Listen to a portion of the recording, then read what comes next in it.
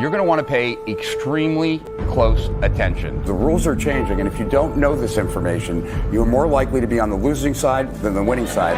I'm really excited about this.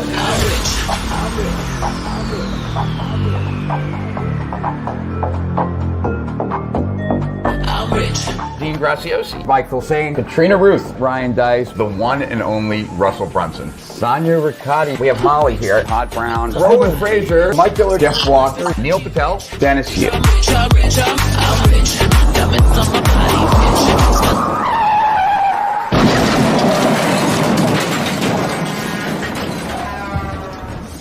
And I think that there's a high risk of mass extinction of internet businesses. Millions of businesses, big and small, closed, pushing us into the worst global recession in history. The writing is on the wall because things are changing, things are happening. Change in the industry that's forcing people to evolve and adapt or basically die. You need to see this to understand it. Something like that will happen. You can write it in blood. If there was a tactic or strategy that you were most excited about, what would it be? We can go as deep as you want. I call this content sprouting. These strategies work for any social media platform. If you believe it's a good idea, you should stick with that. When your business becomes part of someone's identity, that's when they stick. This is really crazy. I don't know if I ever shared this with you. Waste the least amount of money to find that winner. That's how you win for $1 a day. Now, I have people that are on my list for 2 years that are still opening the emails. To get this many amazing people in a room, just amazing. We're about to take you behind the scenes. I love what you're doing here. This is amazing. If you want to know what's happening in the future, tune in now.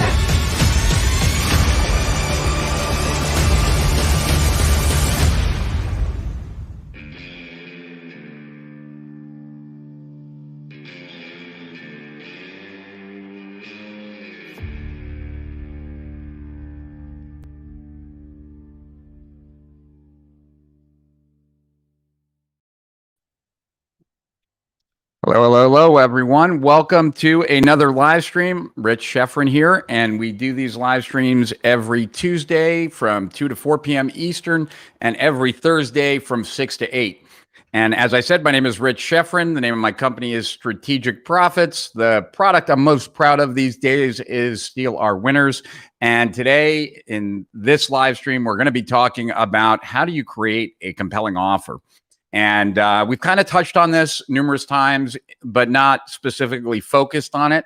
And so that's what I thought we would do today. And I really believe that for many entrepreneurs online, they end up working much harder than they need to or should because their offer is not as good as it can be. And the offer is one of these high leverage points in your business. The better your offer is, the easier it is to make advertising work. The easier it is to make your affiliates happy and get them to mail frequently for you. The easier it is really to grow your business. The easier it is to get customers to buy from you more often, et cetera, et cetera, et cetera, right? So when you think about your offer, the first mistake most entrepreneurs think about or make the mistake of thinking this way is that your product is not necessarily your offer, and neither is your offer necessarily your product. The two obviously overlap, but they don't necessarily, they're not equal and they're not the same. And so we're going to talk about that.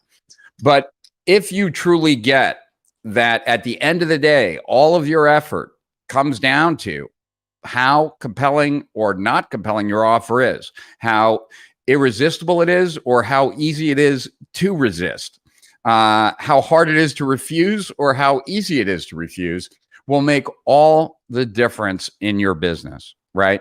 The goal is to have an offer so compelling that when you share it, people want to buy it without having to be sold anything. And so that's ultimately what you're trying to get close to. Obviously, that is not necessarily easy. And so we're going to talk about that. We're going to talk about how to put together your offer in a way that makes it more compelling, right? And so as always, let me know where you are watching this and also introduce yourself. And as always, I try to make this as much a dialogue and less of a monologue as possible. And there's many reasons for that. One, you'll learn more if you participate. Two, it doesn't make me feel like I'm standing alone in this room talking to a camera. It makes me actually feel like I'm talking to people. Although I do have a guest here today. Jack Wade, the famous copywriter, is sitting here over there. No, actually over there. Wow, it's so weird because it's a mirror image. To me, when I point over here, I'm pointing to a whiteboard, and Jack is no whiteboard. But anyway, Jack is over there. Maybe we'll pull him in a little bit later. And so normally I am alone, but tonight I'm not. But anyway, I could talk to Jack anytime. In fact, we're going to be talking after this live stream. But for right now, I want to talk to you. So talk to me so you'll get more out of it. Also, I'll get more out of it. One, because it makes it easier for me to know what the hell I should talk about. But even more so, the YouTube gods and the Facebook gods all kind of determine my value and the value of this live stream based on how much you emote, whether you give a thumbs up or emoticon, whether you comment. And so I appreciate all comments and can see them, and we'll put them on the screen. And whether you share. And if you do share this, whether you're on YouTube or Facebook, put pound shared in the comments so that I can thank you personally. And as always, I have my poker chips. These are from the Bellagio, the poker room in the Bellagio. And the other ones in my other hand are these poker chips are from all the casinos that have closed in the last 20 years in Vegas. So these are kind of all collectibles, kind of cool. And I generally play with them when we talk. So anyway, want to help you specifically make your offers better. And the only way I can do that is if you participate with me. So by all means, please comment. Please let me know where you're at. Please let me know what obstacles you've had as it's related to creating a more compelling offer, because that's where we're going to focus. And then if I don't back out, if I put my big boy pants on and I don't weasel out, as I have done sometimes, even though I don't like to admit it, I am going to record another YouTube video at the end of this live stream, and it's going to be on how to craft or how to create an irresistible offer. And so that's what we're going to do. And, I don't know if Vincenzo's here. It's probably past his bedtime, but in case he's here, I'm also thinking, and, it'd probably be a good idea. And I'm wondering even what you think, Jack, maybe I should end the video with the promo for Steal Our Winners. For the CSIB thing. Because that's extra content for people who've never seen it. It's highly engaging. And since the description is in the link of where people will be able to find it, I think maybe I'll do that. But I'm interested in what you guys think too. Yeah, so that is what's going on. Oh, and before I go to the comments and say hello to all of you, we've been crushing it the last couple of days at Strategic Profits with Steal Our Winners. It is so pleasant to see all the orders coming in. And in addition to that, we've got like some really awesome stuff planned. In fact, that's what Jack and I are going to be working on after we get off this live stream. So anyway, so let's see who we've got with us here. Lots of people here. We've got 43 on my fan page. We've got 5 on my personal page, 4 in the Strategic Profits group, and a measly right now 2 on YouTube. A measly 2, but you two are very powerful. So please comment if you're on YouTube. Sonny Vince, I see, is commenting. Cool. And as I say that, now, more people on my fan page. So hello, Kayvon. Good to see you, man. How's the Mr. X book going? How's the reading of that going? Have you started? And if you have, do you love it as much as I do or not? Tell me more. Thank you, Kayvon. You're a scholar and a mensch and my new best friend. Hey, Vincenzo. So I don't know if you heard me, but I was thinking about ending this video not this video, but the YouTube video that we record with the last, 2.5 minutes or 2 minutes, I think, of using that promo. Do you think that's a bad idea or a good idea? Let me know. Giancarlo, good to see you, my friend. Offer formula, buy 2, get 1 free. That's one for sure. Dr. Vogelman from Coronado Island. And Hugo, back in Miami, Florida. I had lunch with Hugo yesterday. He was nice enough to drive up to Delray all the way from Miami. And we went to City Oyster and had a nice lunch. Dr. Vogelman shared it twice. So now you're my new best friend. Even more so than Kayvon because you shared it twice. Thanks, Dr. Vogelman. Watching on YouTube today. Oh, wow. So you're, wait, Sonny. So Sonny is also Vincenzo, I think, isn't it? Yeah, same picture. Todd Dean from Phoenix, the king of online business. Well, thank you. That's a nice compliment. And Jason in Tampa. Good to see you, Jason. And SOW FTW. What's FTW stand for? For the win. Cool. Rich's offer for dating. Marry me and I give you my mansion, money in the bank, and vacations around the world. Did you see my Tinder profile? Is that what you're saying right now? That I think I'm in a lot of trouble if you did. Yeah. Now, that's not my offer. Buy, sizzle, sell steak. Yes, we were talking about that the other night, Leslie. I just erased the whiteboard where I had the name of your software. Thank you for yesterday's meeting. I wasn't expecting what you did. Very kind of you. I'll be forever grateful. It was a pleasure and very meaningful to me to meet good, genuine people like you. You're an awesome person, Rich. Thank you. Thank you, Hugo. I appreciate that. Eamon Boso and Miyuki signing in from Tokyo at a ridiculous hour. What time is it in Tokyo, Japan right now? And San Diego, baby. Don't know who you are because StreamYard doesn't know who you are. Oops, I was watching from your personal profile, switch to your internet business rock. I hope it's talk. Ben in Australia, good to see you, Ben. And Victor in New Jersey. And thank you, Miyuki, for sharing. And Doug Hopkins in New York State. Where are you in New York State, Doug? I grew up on Long Island. My oldest daughter, my 2 oldest daughters are at Syracuse. So we're spread out throughout New York. Kenneth, hey, my friend in Colombia. Good to see you, my friend. What is good and new, Kenneth? I worked with Kenneth at Agora. So good to see you, my friend.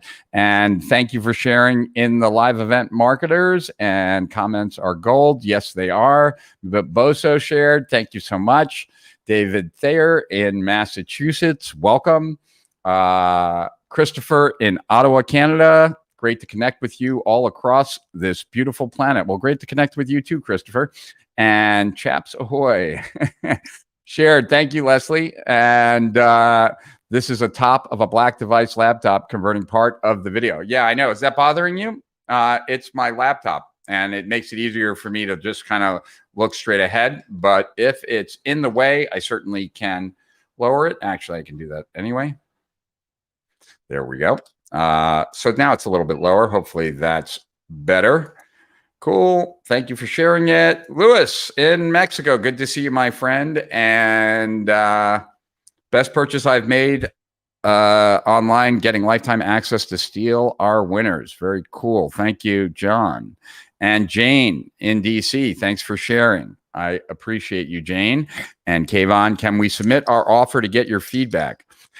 Does anyone know how I would do that in StreamYard? Would it just be like pull it up on the screen and then share the screen? I'm not really sure. If anyone knows, please let me know. All right, where is it? Okay. There we go. Denise in New England, good to see you. Yes, let's try using that promo as the CTA on this new video. Yeah, I think so. That'll be cool. Jared in Boynton Beach. Wow. Well, Jack was looking at apartments today in Boynton Beach, so you might have a new neighbor.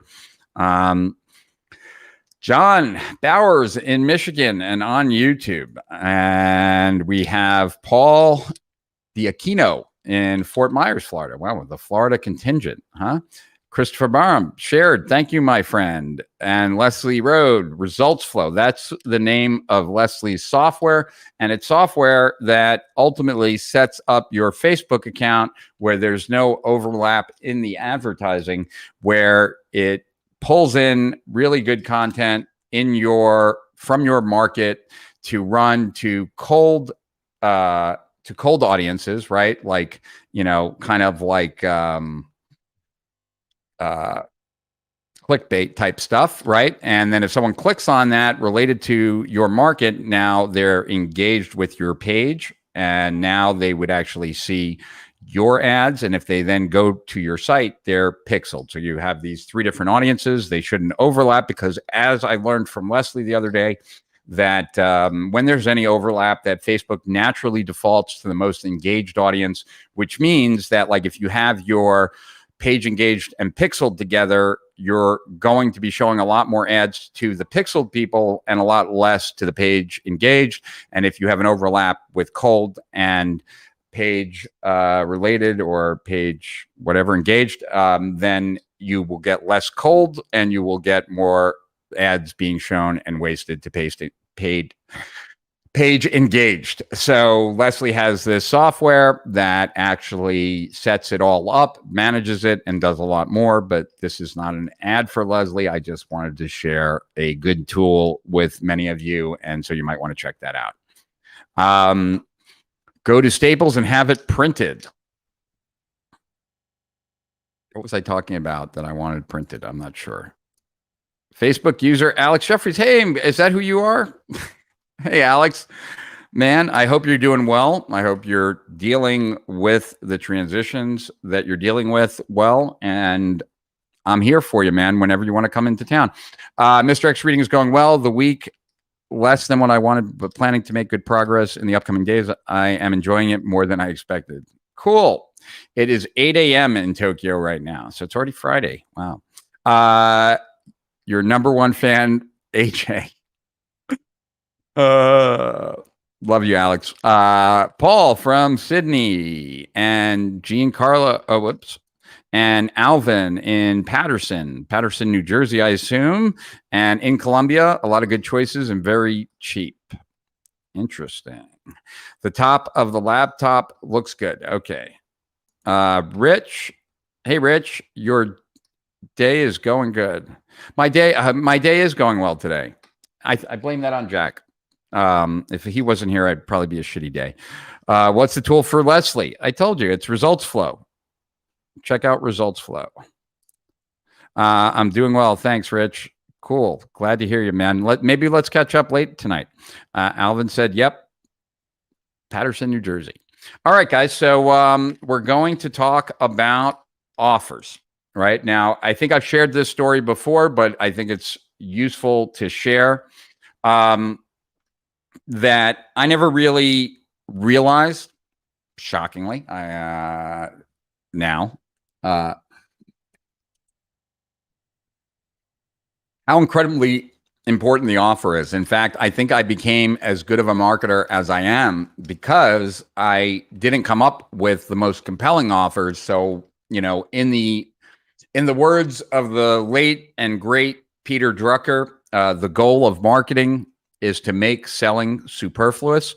And so I just embraced that as much as I could, and really worked on honing my chops as it related to marketing, not recognizing how much easier the job of marketing would be if the offer was more compelling. And this really came to my awareness more so than ever any other time, was when soon after I had taught Russell Brunson and Mike Filsaime what we had invented with the automated webinars and gave them the software, Russell had an automated webinar that was absolutely crushing it, and he was really proud of it. So he sent it to me. and it was high ticket selling secrets. And the 3 secrets that Russell went over in high ticket selling secrets, to me, were not very big secrets. In fact, I'm sure if I told them to Jack right now, he wouldn't think that they're really big secrets. The first secret is that you make more money by selling high ticket than you do low ticket. Interesting secret, right? The second secret is that you don't need a lot of traffic to sell high ticket. And the third secret is that you don't have to get on the phone to close people to sell them high ticket. Those were the 3 big secrets. So I don't know if you think those are big secrets. I certainly didn't. And I was rather unimpressed with the webinar. And so I was kind of surprised how well it was doing, because, you know, Russell had told me how well it was doing. And then he got to the offer. And in the offer, I recognized, like, the mistake I had been making for a decade, that his offer was so compelling that really the webinar was just an excuse to get people to hear the offer. And the offer made me, the viewer of this webinar, feel like I wasn't going to have to do any work whatsoever. Not because Russell said that, but because of the way the offer was packaged. So the way it was packaged was, I'm going to give you the page from our website where people apply for our high-end program so that you can put it on your site and have people apply for your program. I'm going to give you the ad that you can run, and I'm going to tell you where to run it so that you can get a commission-only sales rep. I'm going to give you the questions to ask that person if you decide to interview them. I'm going to tell you what to look for when you interview them to decide whether you should hire them or not. I'm going to give you the script that we've refined over the last few years to sell high ticket that you can modify for your own. Like, everything made it seem as if you weren't going to have to do very much. So it felt like you could buy this today and tomorrow you would be selling high ticket, which I was just blown away by. And when I thought about, like, my coaching programs offer, which was nothing like that. It was like, I'm going to teach you a lot. You're going to learn a lot. You're going to work hard, and you may be successful. Yeah, that's not anywhere near as compelling. Might be more blatantly or bluntly honest, but not necessarily what is going to make the cash register ring. So what I realized in that moment was that the offer is not just what someone pays for and what you deliver, but that it's actually more of the transaction than just that. I'm sure most of you have heard the old, like, cliche that people don't want to buy a drill, they want a 1/4 inch hole, right? Well, the more of the work involved your product does, the more compelling the offer is, right? So part of the reason why Russell's offer was so compelling was that it felt like he was taking the work off of my shoulders and putting it on the product. Kind of similar to, you know, in a much more detailed way than what I learned from Clayton Makepeace years ago about pluralizing the verb in a headline, because when you pluralize a verb, it takes the onus of effort off of the person and puts it on the thing. So boost your income is one thing, right? Boost your income. But boosts your income, it's going to boost your income, right? It's not, there's a subtle difference, but it's a profound difference, right? So how do you do that with not just the pluralizing of the verb, but how do you do that with actually the elements of the product? And so I want to talk to you guys about that. And I want to see what you guys have to say. So before we get further along in this, let's see if there are more comments. All right. Wayne says, "Sup, Rich? Good to see you from the old GPS days." Well, good to see you too, Wayne. And now Kayvon is my most closest best friend now, because he's shared it 3 times. Take that, Dr. Vogelman. So there we go. And it's interesting. Like, so now we have 44 people on my fan page, 4 people on my personal page, 0 people in the Facebook group, and 7 people watching on YouTube. Christ, the value of an S. Yes. So, all right. So the first thing that you should really be thinking about, well, there's so many things to think about. So let's first differentiate the product versus the offer, right? So one way to easy way to think about it, and I was kind of just skimming the web or surfing the web,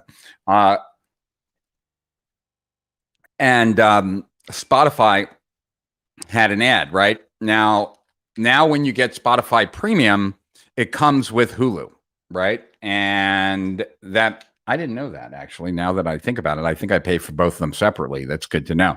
But the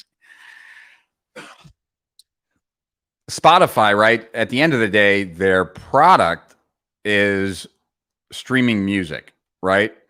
But the offer of Spotify Premium now comes with Hulu, right? Is, music, podcast, TV, movies, free for 30 days, just $8.99 a month thereafter, or $9.99 a month thereafter. So already you can see, right, that the offer now is more than just their product. And whenever you include a premium, right, that's more than just the product. When you include risk reversal, that's more than just the product. Okay.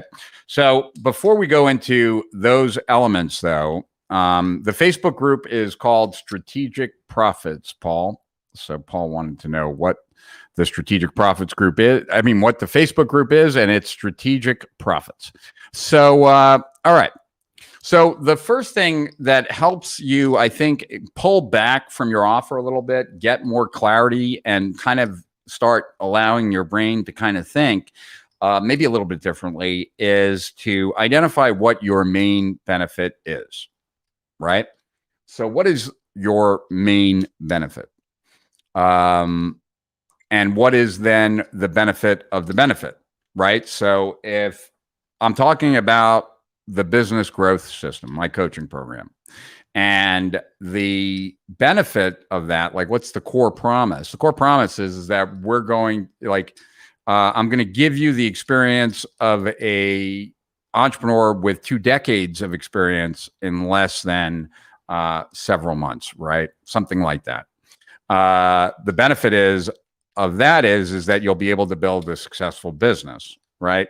The benefit of the benefit, what is the benefit of being able to build a successful business? Well, the benefit of that is that it is the key, right? So now the coaching program is the key that will give you the ability at any time, anywhere, for any reason, to take any idea and build a business that you can ultimately get free of.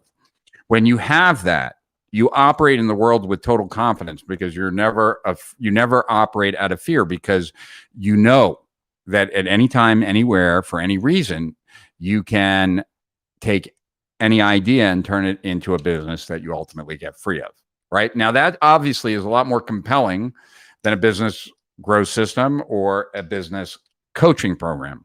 You get there by thinking about the benefit, and then thinking about the benefit of the benefit, and if you need to go further, the benefit of the benefit of the benefit. So, in the old days, right, they used to teach features and benefits. You'd write down the feature of the product, and then you would write the benefit of that feature, and then you could also do the benefit of that benefit and go from there, right? But if you think about the primary promise of your product, then from there, think about, well, what's the benefit of that? And then what's the benefit of that? And then what's the benefit of that? You start pulling back into something much more emotional. And we all know, right, that emotion is what provides the fuel for purchase. So let's see what Giancarlo has to say. Giancarlo says, selling BizOp or MMO. Do you know what MMO is? Make money online. Yeah. Make money online are getting harder to sell now. Most people are lazy and don't want to learn marketing and copywriting. Most people are lazy. This is true, right? The copywriting has always been challenging to sell because it's hard to sell copywriting with no effort. Whereas with marketing, it's always been easier to sell than copywriting because people naturally believe, and because it's partly true, that like a marketing trick can make a world of difference. Whereas a copywriting trick, you still have to end up writing the copy. Already have several huge ways I'm going to improve my offer. Well, very cool, Todd. I didn't realize that I said anything that valuable, but I'm happy that it was valuable to you and appreciate the feedback. If you want to share any of the big takeaways that you've gotten so far, I'd love to hear it. And the numbers are growing. We now have 10 people on YouTube, 2 people in the Strategic Profits group, 4 people on my personal page, and 50 people on my fan page. And I'm going to pull up a seat, even though it's going to make me a little bit shorter. And that's so nice to sit down for a few. And let's now talk about the next evolution, right? So once you've kind of clarified what the benefit of the benefit is, or the benefit of the benefit of the benefit, now it's about like painting that picture of what life would be like in possession of the benefit of the benefit, right? So that's where things get, that's what enables you to take the offer and make it more emotional by future pacing what life will be like, not just from the product, not just from the product and the benefit, but the benefit of the benefit of the benefit. Because with that, right, like if I'm talking about the ability at any time to take any idea and turn it into a profitable business that you can break free of and runs without you, right, then I can start to talk about like the day in a life of an entrepreneur that owns businesses that run without them. Well, they wake up whatever time they want, they do whatever they want, with whom they want, whenever they want, how they want, right? So I can paint a very compelling picture, and that compelling picture, if I do a good job of it, will heighten someone's emotions, right? It will heighten envy, like, man, I wish my life was like that, desire, and ultimately, it looks better when I sit down.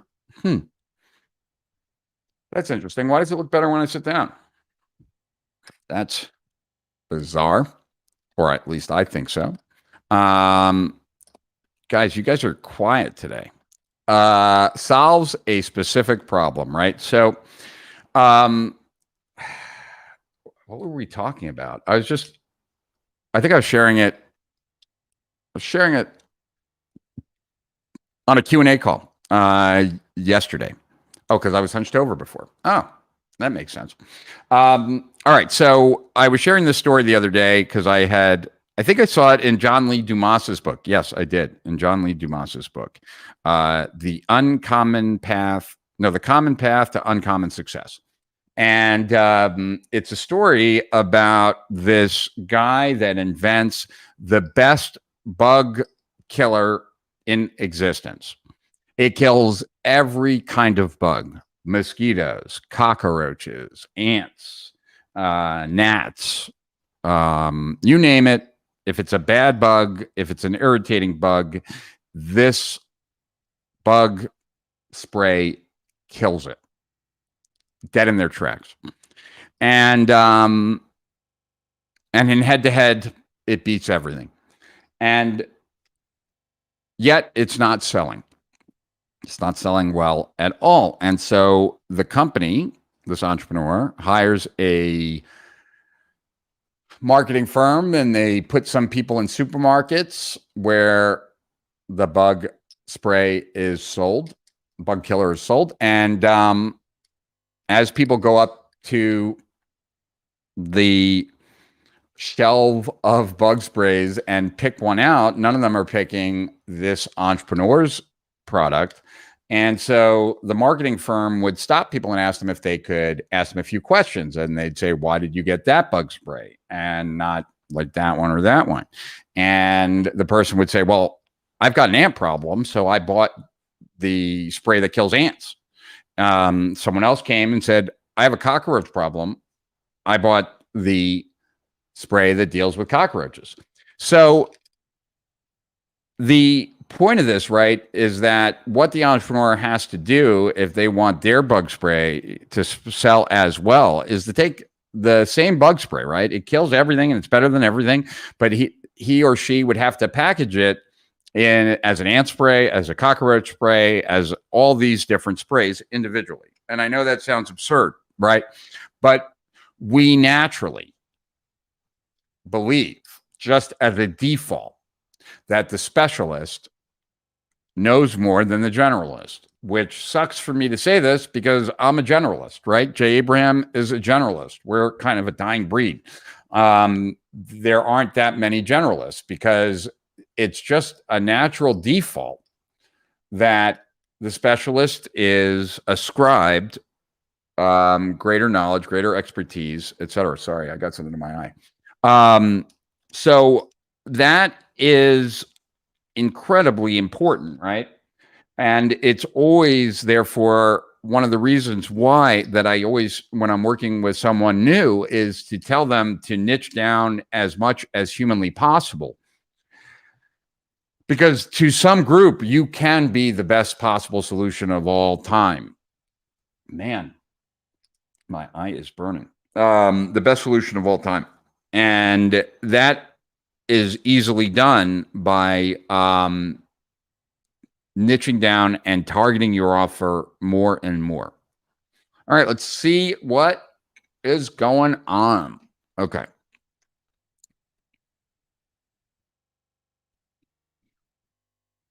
Well, I was hunched over and you didn't realize it until you sat down. Got it. And probably kills part of you. Oh, geez. I don't know what kills me, but as always, great value. Thank you. Be specific. What do you want me to be specific about, Christine? Happy Thursday, Rich. Happy Thursday to you too. And happy Friday to Mimbosa and Miyuki. Niche is the new big. Specificity beats universality. Denise, oh, that reminds me. Are you still going to share your notes from JLD's book if we bought it? Yes, I will. I promised Matt that I would get him the notes by Friday. And tomorrow is Friday. And the highlights are in my Evernote, but I have not given it the second, third, and fourth pass. So I will have to do that at some point, probably tomorrow morning. I'll probably wake up early and do that. But yes, I promised Matt I'd have it to him by Friday, which means I will have it to him by Friday. All right. Should we press on? The famous Deb Cole is in the building. Yes, I'm in my colorful studio. Good to see you. I saw that you were on. Oh, well, you invited me onto that clubhouse with Mike Filsain. I couldn't stay very long. All right. The next thing is, right, we were talking about solving that specific problem. The more that problem is painful, right? The more that it is urgent, immediate, right? We talked about it having consequences last time, that the better off that you are, right? Because the more painful, the more pressing, the more permanent, the more urgent, the more consequential that problem or pain is, or that conflict is, the more compelled the prospect is to find a solution. And therefore,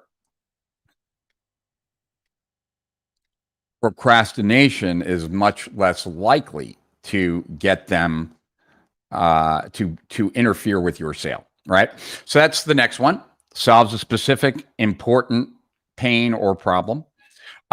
Shows them the end result, right? So this is what we were talking about a little bit before, right? When we're talking about future pacing. What is life going to be like without the problem?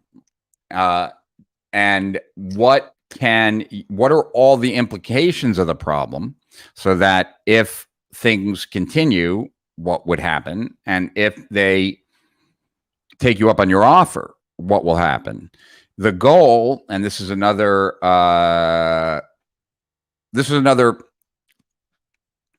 quote by Clayton Makepeace, He said, you want to turn you don't want it to be an offer. You want it to be an intelligence test, right?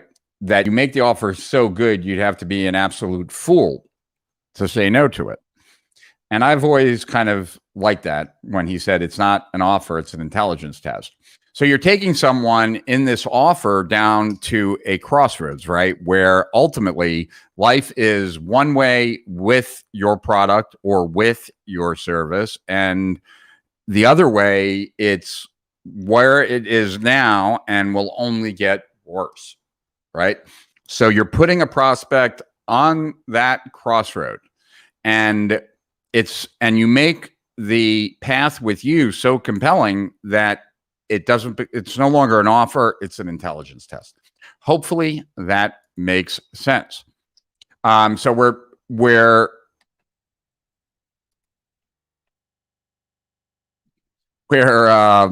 painting this picture of a compelling future, right? And it's called future pacing, like actually putting the prospect into that picture in the future. Gary Halpert used to do risk reversal, which I guess is the next thing we can talk about, with that compelling future, right? And he would tie them together. So for his famous facelift in a jar product, the guarantee was that if at least 3 of your friends don't accuse you of having a facelift, return the empty jar for a complete refund. Now, that is very different than saying if you're not satisfied, if you don't feel younger. He's making a very specific future promise. Now, you can rest assured that someone who only had 2 friends accuse them of a facelift, or only 1 friend accuse them of a facelift, even that, right, would be enough for someone to keep the product. They're not going to return it, and they're going to want more. But it is another clever way of making your offer more compelling by actually by future pacing the risk reversal, right? So, you take the benefit of the benefit, and then you think about what would be a great way to paint a picture of that in the prospect's mind.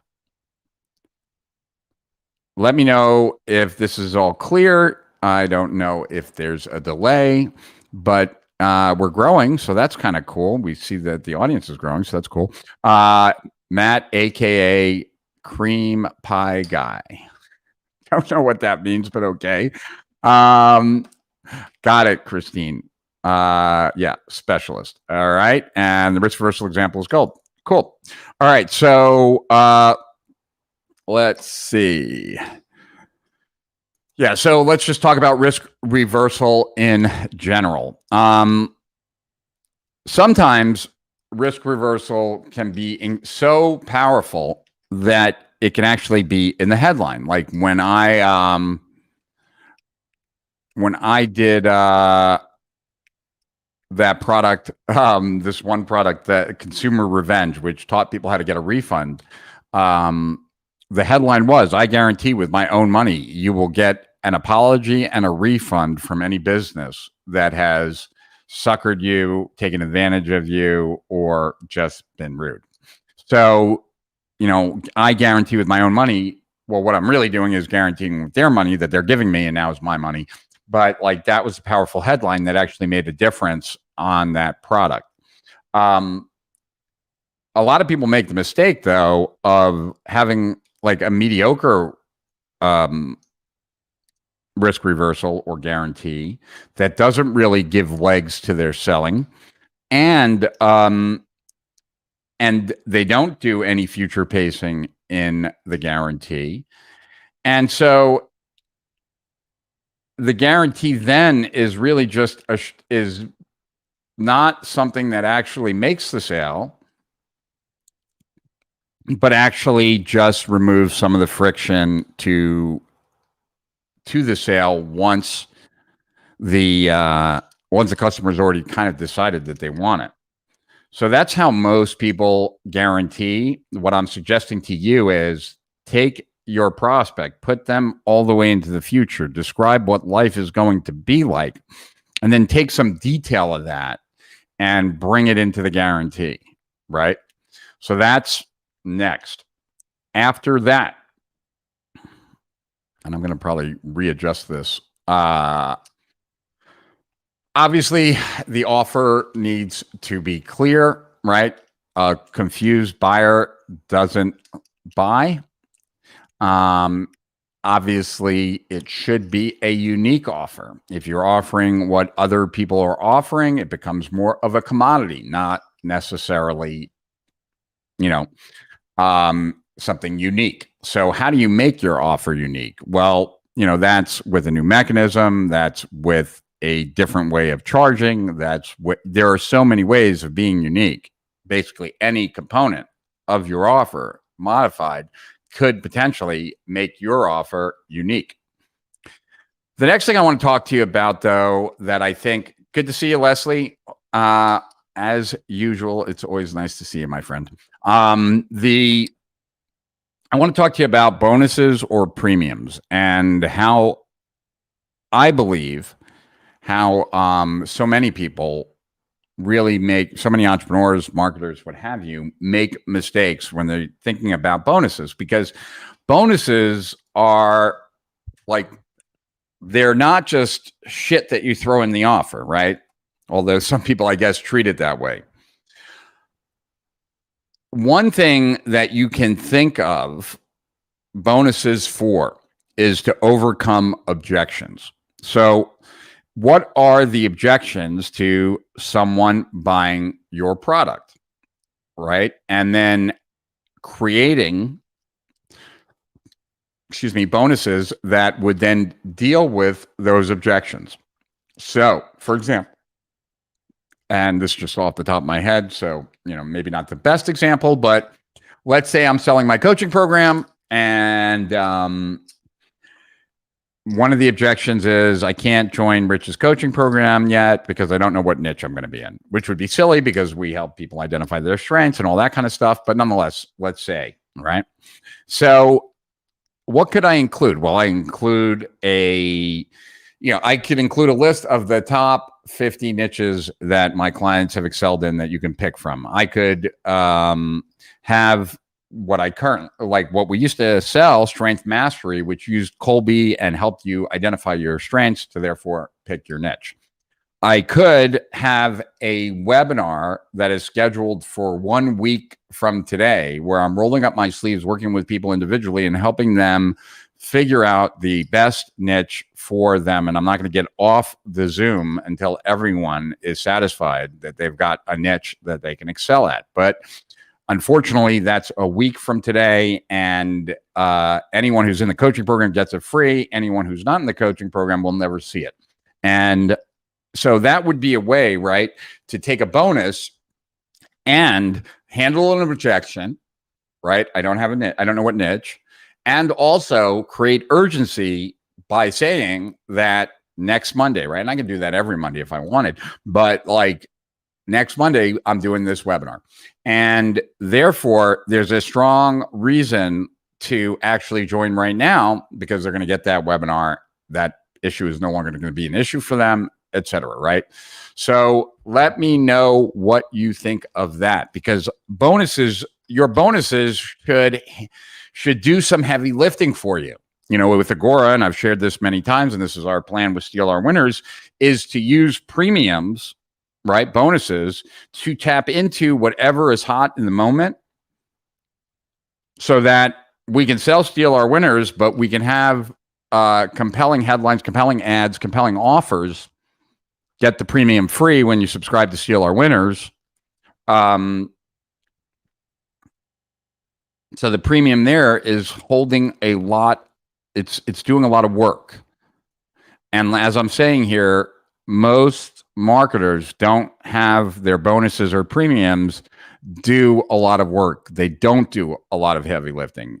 You could have a bonus that overcame almost every primary objection out there. And so you really need to be clear about what those objections are and what kind of bonus could you come up with that would make that completely irrelevant?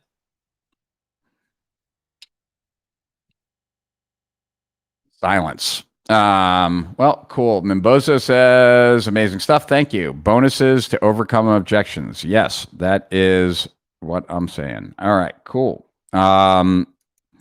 Let's see here.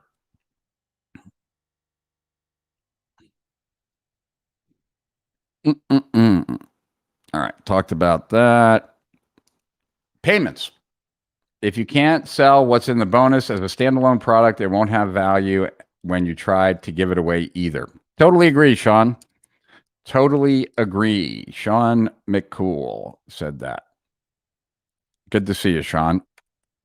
Let's see, what else? Oh, we were going to talk about payment plans, right? So the way someone pays, right? So the late, great Joe Carbo, right? His, most people are too busy making a living to get wealthy or whatever, or to get rich. Joe Carbo, you know, had this offer where it was like, send me a check. I will hold it for 30 days. I won't deposit it. I'll send you the book. And, you know, if I don't hear from you after 30 days, I'll deposit the check. This is obviously a long time ago. So that's called a soft offer, because people don't have to actually include any money. Or is that a hard offer? I forget now. Sorry. But that's, and you can certainly do that online, right? And you see nowadays you do it more with like $1 trial and then billing 30 days later. And that is, that's another way to do it. And, you know, the $1 trial is done primarily so that you already have the credit card, so that you don't have to chase the person after 30 days. And that's the idea there, right? But you can have a payment plan. You can have, like, pay a certain amount now, then after you get the result, pay the rest. So I've done that. Like, I taught, I guess, about, I think it was about 15 people who were founders members, like my old continuity program. When I wrote the report on webinars, evergreen event driven marketing, we sold a workshop just to founder members. We didn't offer it to anyone else. And on, you know, creating their own automated webinar, and me showing them for one day how to craft their webinar, and the other day my team showing them how to create the funnel and giving them the software and everything else. And I believe we charged $10,000 total, right? But it was like $5,000 now. And after your webinar is live and making sales, and you've made, I don't remember whether it was 20,000, 50,000, or 100,000, pay the other $5,000. Now, I'm okay when I sell that, selling it for $5,000, knowing that potentially maybe nobody's going to pay me the other $5,000. At the end of the day, like 80 some odd % of those 15 people paid the other $5, which was really cool and unexpected, and that's awesome. But the initial payment was $5,000, and there's a bunch of things going on there. One, it's free money later. Two, it implies a certain amount of confidence when you say only pay half now, pay the other half when you get the result. It means that you believe that they're going to get the result. So that is another, like, charging a way of pricing that actually is kind of powerful. If you do it stupidly, I guess it could work against you too, but that's not the point, right? I'm getting new distinctions from what you shared so far. Great stuff. Cool. Awesome. Cool. All right. And we're growing. So we got 14 people now on YouTube, 48 people on my fan page, 5 people on my personal page, 0 people in the group. So that's that. Okay. So we talked about risk reversal, talked about payments, and there's so many different ways that we could slice and dice payments, but we're not going to potentially go there unless someone pulls me there. We talked about future pacing and showing them the end result. We talked about using bonuses to overcome objections, to create urgency, to tap into what's hot. We haven't talked about bundling, but I think bundling is somewhat self-explanatory, right? And another way of thinking about what I was sharing at the very beginning, as far as like learning from Russell, right? Making that effort seem so inconsequential or non-existent is what I learned from Dan Kennedy years and years ago about you're taking a prospect from possible to probable, right? Is it possible to start an online business today and have it do $5 million this year? Yes, it is possible. It's been done before. It's been done by countless people, right? But do you feel it's probable for you? So it's possible for someone, but is it probable for you to get that outcome? Part of good copy, good selling, right, is to turn what is possible into probable for the prospect. And the way that that's done is by reducing the friction to getting the outcome through the offer, right? So you don't have to write your own script to sell on the phone because Russell's going to give you his. You're not going to have to create a page where people apply because Russell's going to give you his, right? You're not going to have to struggle to find a salesperson because Russell's going to give you the ad, tell you where to run it, like all these kinds of things, right? So the more can you... So I know I'm not talking to myself.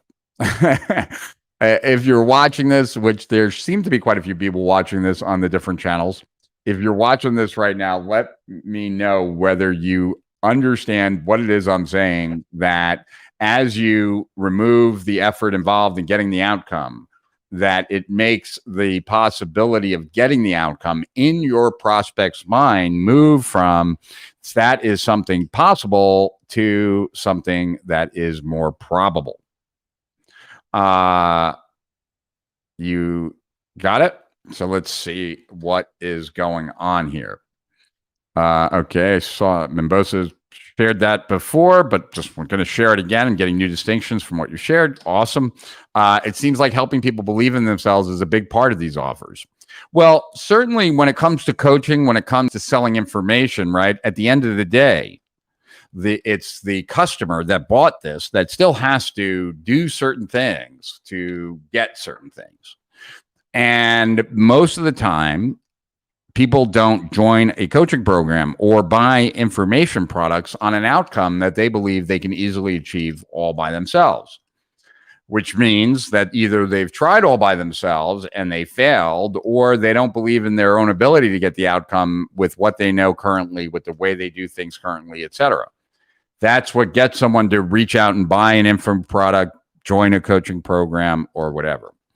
But at the end of the day, if we're delivering a product or a service, unless we're doing it for them, there is some effort on their part. And so the more that we can get someone to believe in their own ability to get that outcome, not necessarily without you, but with whatever it is you're offering, therefore, the more that they will believe not only in themselves, but in their ability to get that outcome with what it is you're offering them. Turning possible into probable. Now you have my attention, Rich. Cool, David. I'm glad I do. Rich, what is your top payment idea?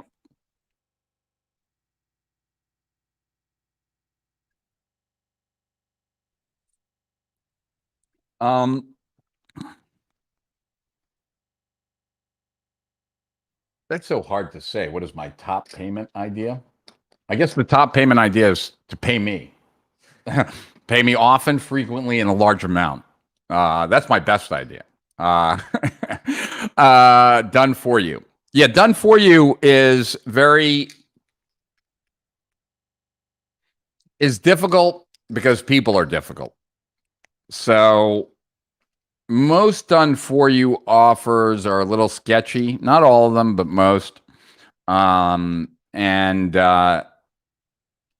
done for you offers are easier to sell, more difficult to deliver, and more difficult to have a completely happy customer base. You know, it's like anytime I've ever seen like a guru, right? Like sell, we're going to create your opt-in offer, your funnel, and this and that and the other thing for 20 grand. You're just going to end up like, you know, that the guru themselves is not rolling up their sleeves for that price and doing all the work. And then also the customers are people who, some of them at least, don't know anything. And so now you have people who don't know anything telling people who do know a lot, like what they like and don't like about what it is that they did. And it just becomes a recipe for a lot of challenges. We're trying to move more in the direction of at least offering done for you in Steal Our Winners. But it won't be done by us, and it'll be done through a freelancer that had already done it for us and got a result and things like that. So at least people are vetted, and we can still offer that without us being involved, because I don't really want to be involved in a service, like in a done for you type service myself.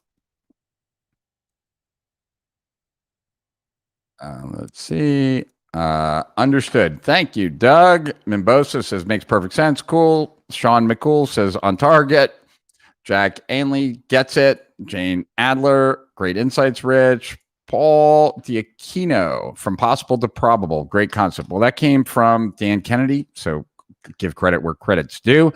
Okay, now on YouTube, this channel might get you better algorithm live. Yeah, might. Who knows? Marketing's job is to take desire and create demand for your offer. Well, it's to channel the desire that is latent in the prospect into demand for your product. Yes.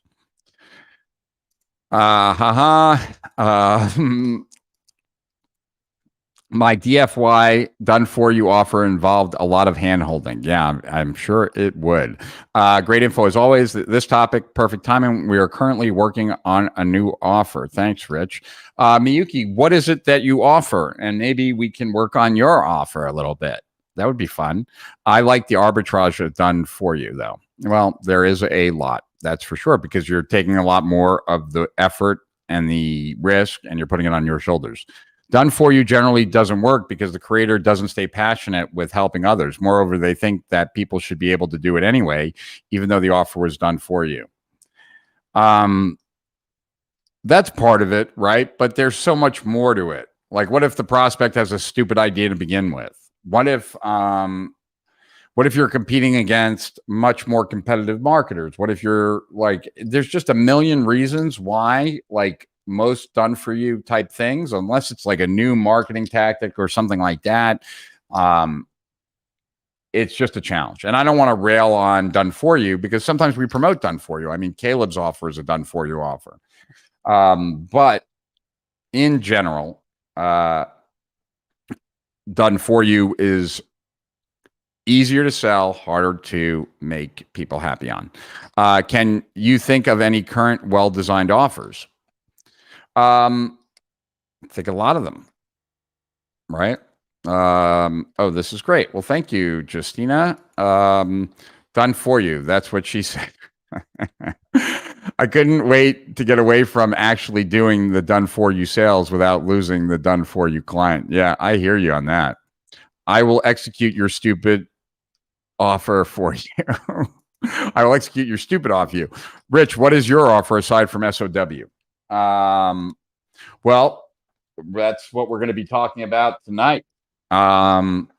We are going to start creating these kinds of bundles. I can't tell you what the name is because we haven't registered the domain yet. And so therefore I can't tell you what it is, but packaged around specific outcomes, right? Like, think about the fact that we've had some of the most successful webinar marketers in Steal Our Winners, giving secrets of performance boosting secrets to webinars that are currently crushing it. So we could have the webinar improvement bundle, right? And that's taught by, 4 of the top names in webinars. We could have the media buying package, right? And in that media buying package could be how to get your first successful ad on Facebook by Charles Kirkland, how to get your first ad working on YouTube by Alaric Heck, right? So we can do a lot of different packages, and you could get like 4 or 5 of those packages for free when you subscribe to Steal Our Winners. Now, if we offer something like that, current Steal Our Winners subscribers will get that, so don't panic and freak out. But that would be like, so imagine like all these quote unquote playbooks, right, by the top marketers in these different areas, and you get all of that for free. I want to give you all of these for free when you subscribe to Steal Our Winners. So that would be an example of a better offer than what we have right now. Now, another offer that I like to have, and this is more for online affiliate stuff, is to offer something that is of high value. What do I get there? To offer something that is of high value absolutely free, because then when you're asking joint venture partners or affiliates to mail for you or to tell their audience, all they really have to do is introduce them to something valuable, right? So with our docuseries, the promo that we started this video with and will end this video with, what is it offering? It's offering 10 free interviews with top internet marketers sharing the strategies that are currently working and that they believe will work for this year. And it's absolutely free. And you'll get one each day for 10 days. And you have 24 hours to watch each one.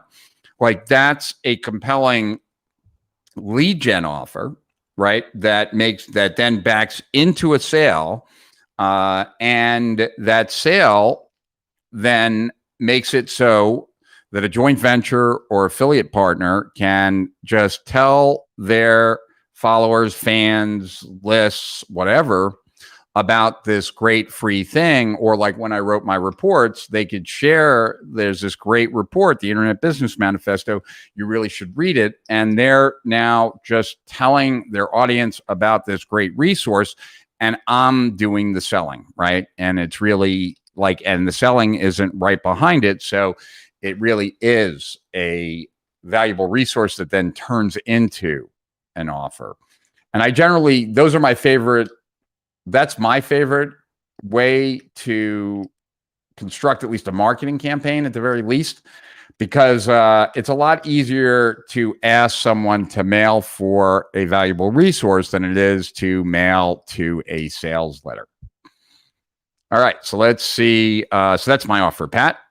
Is it possible to create one offer for coaches to grow their coaching business with their network marketing business? Is it possible to create one offer for coaches to grow their coaching business with their network marketing business? Yeah, I don't see why it wouldn't be, right?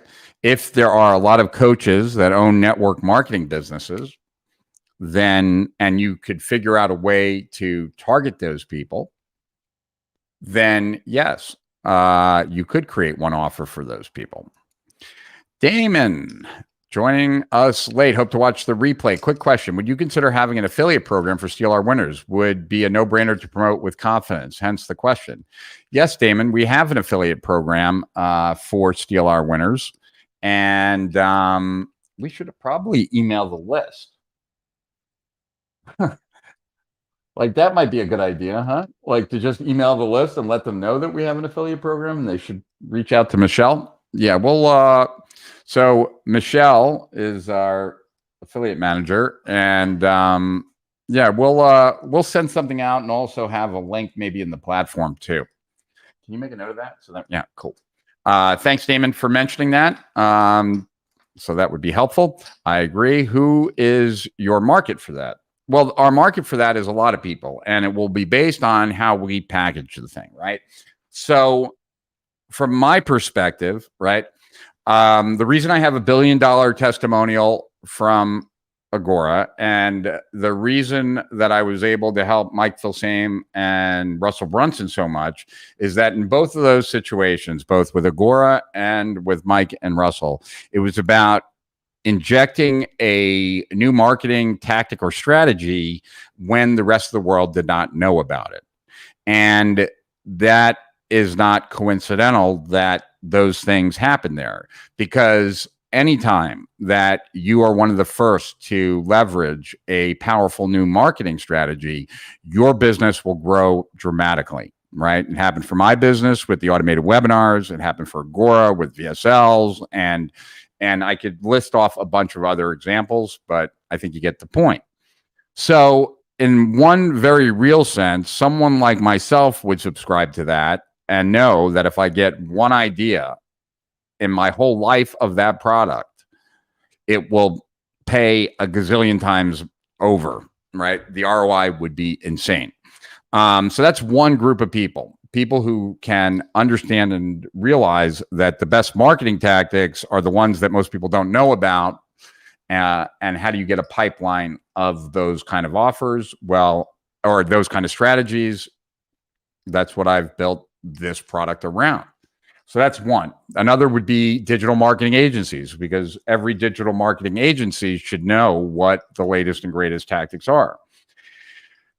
Any entrepreneur that's trying to grow an online business, that certainly is. Any Groove user, as we develop and release at the end of this month, the Steal Our Winners Groove Edition. Potentially any e-commerce retailer, as we just get underway now, having conversations with the guys from Build, Grow, Scale about launching a Steal Our Winners e-commerce version. So there are many different personas or avatars or ideal customers that we're going after. We have a bunch of different segments, if that makes sense. Can you invite Justin Goff and Georgie Stefan? Isn't it Stefan Georgie? Yeah, I see that people make that mistake all the time. From Copy Accelerator. Well, Justin Goff already was in Steal Our Winners. When was that? Was that last month? 2 months ago. So it was 2 months ago. He did a great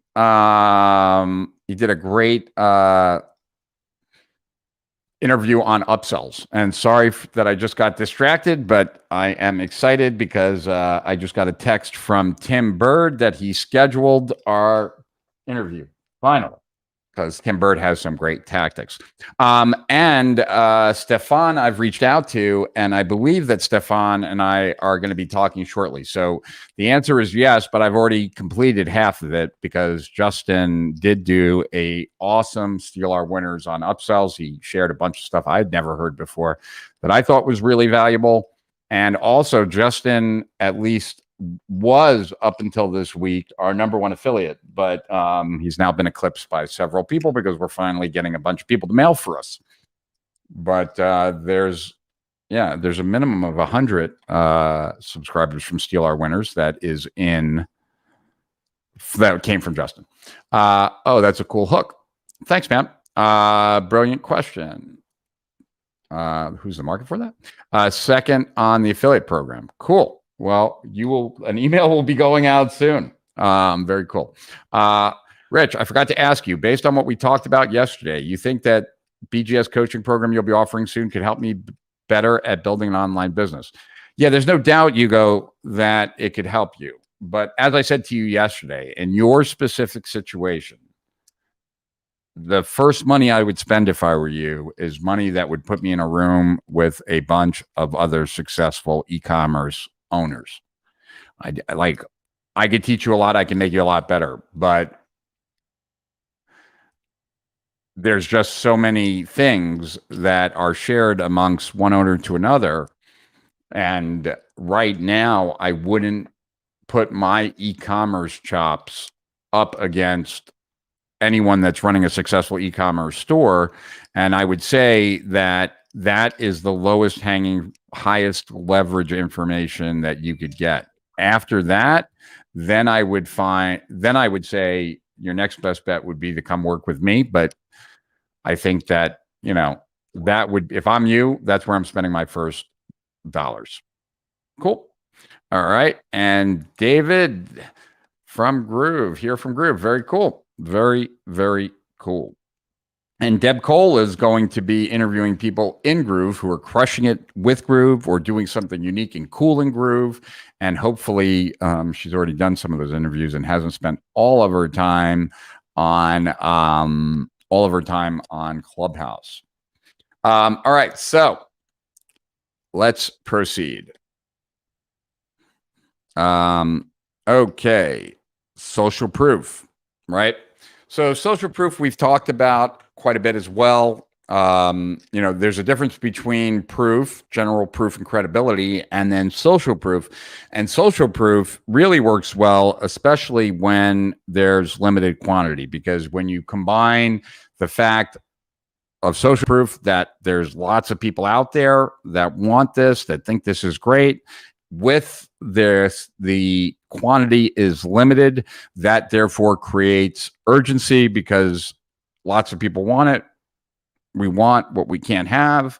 We want what's limited. And so lots of people wanting something and it being in limited supply creates urgency, right? So that was one of the reasons I was able to create such urgency with my coaching program, because there was tens of thousands of people who were interested. There was, the last time I privately coached, right, there was only 150 spots. And so just that creates urgency because the quantity is limited. It's really limited. It's my time, right? And there's so many people who want it. And that I had to show, right, through lots of comments on my blog with that waiting list thing that I told you guys about, etc. All right. So let's keep it going. All right. So Sean wants to know, what do you think the next breakthrough sales format will be? I think, and this might sound like it's already happened, but I don't think it has. I think as live streams get more and more popular, I believe that live stream selling will grow quite a bit. It would be, and I think it could be done in ways that are very entertaining, kind of the way QVC does it, right? Like they pull people into into the conversation, like people who are calling in to buy. And I could do that here, right? Like I could start, like, who is not a subscriber to Steal Our Winners? And if you're not a subscriber, please join me in the conversation right now. I want to find out why you aren't a subscriber to Steal Our Winners. And I'm going to try and sell you on Steal Our Winners right now by making you an over-the-top offer, right? And so that would be one way of potentially leveraging live streaming in a way that very few people are right now. At the end of the day, whatever new format it will be a format that camouflages the selling. Because if you look at the history of direct response, every time there was a change in format, which camouflaged that there was a sale trying to be made, there was a breakthrough, like a huge breakthrough in responses, right? So when I wasn't around when personalization first happened, so I can't say that, right? The IBM Select Type or whatever the hell it was called. But I was in the world when Magalogs first happened. And when Magalogs first happened, the copywriters that were busy at that time, like Clayton Makepeace and Gary Bencivenga and Carlton, those guys will tell you that that it was like a game changer, right? Like response rates multiplied. When infomercials first happened, response rates multiplied. When the VSL first happened, response rates multiplied. When teleseminar selling first happened, response rates multiplied. When, when webinars first happened, response rates multiplied. So anytime you can start the sale without the prospect knowing that the sale has started, like a Magalog, like a VSL, like a webinar. All of these things are camouflaged in a way or stealth in a way, selling. And same with an advertorial, right? Like when we first started doing advertorials in the Daily News back in 1990 something, they would slug it, the advertorial, with little type above it that says advertisement, but it didn't matter because most people weren't trained to look for that, and it looked like an article, and hence the selling was camouflaged. And this is something I've taught for a really long time. It's one of the reasons why I spend so much more time on the marketing side than I do on the selling side, because promises and statements are a lot more believable in marketing than they are in selling. Like once someone's trying to sell you, your guard is up. But if you are reading a piece of content, or you're highly engaged, or you're learning something, or something has captured your attention, the critical factor is bypassed. And that's something that's from hypnosis. That's what makes hypnosis work so well, the critical factor bypass. But it's also what makes marketing work well. So I hope that helps, Sean, or at least explains it. You should ask the Chinese, as they got U.S. diplomats to bend over and give an anal swab for COVID. Very funny. We help coaches, consultants, and experts systematically sell through their social media. It's a combination of consulting and done for you. Our offer is we create selling system within 30 days. We take care of tech, testing, and optimization. Wow, that's pretty cool. Where are most of your clients, Miyuki? Are they in the U.S.? Are they in Japan? Like who do you work with? Very curious. Your point about future pacing gives us an idea of how to improve our risk reversal. Okay, let's look at that. Like, yeah.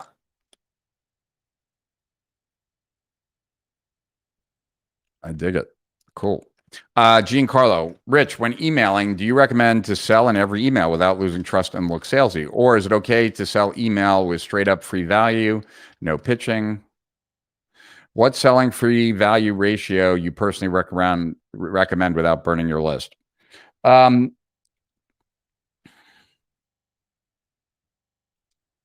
don't think it's a question of how many offers you make about burning your list. It's more about the way you make those offers, and then the way you make them times by the frequency. So a straight direct offer, like, yeah, if you send that 5 times a day, people are going to opt out relatively fast. But many times you can make an email valuable and also sell at the same time. That value can come from what you're teaching them. It can come from entertainment. It can come from a story. It can come from so many different things, and still kind of directly tie into a offer. Now, I want to, and I'm not picking on Giancarlo, and I hope, Giancarlo, that you don't think I'm picking on you, but there's a bias in this question, right? That selling makes you look bad, or that, that buyers, people on your list get annoyed with offers. People like to buy. People enjoy buying. They enjoy the entire process. They enjoy, like, lots of people buy stuff to occupy their time and to relieve boredom. So there's nothing inherently wrong with selling, and there's nothing inherently wrong with buying. And therefore, like, you don't have to ease up. You don't have to give people a break. At the same time, though, there has to be an equitable exchange of value.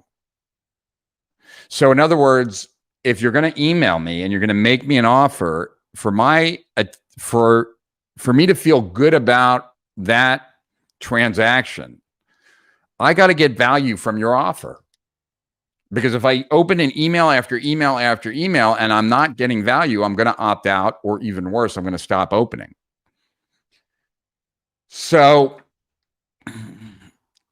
there are people like Ben Settle, right, who email you daily, entertain you with interesting stories, but he's making an offer every email and he makes no apologies for it.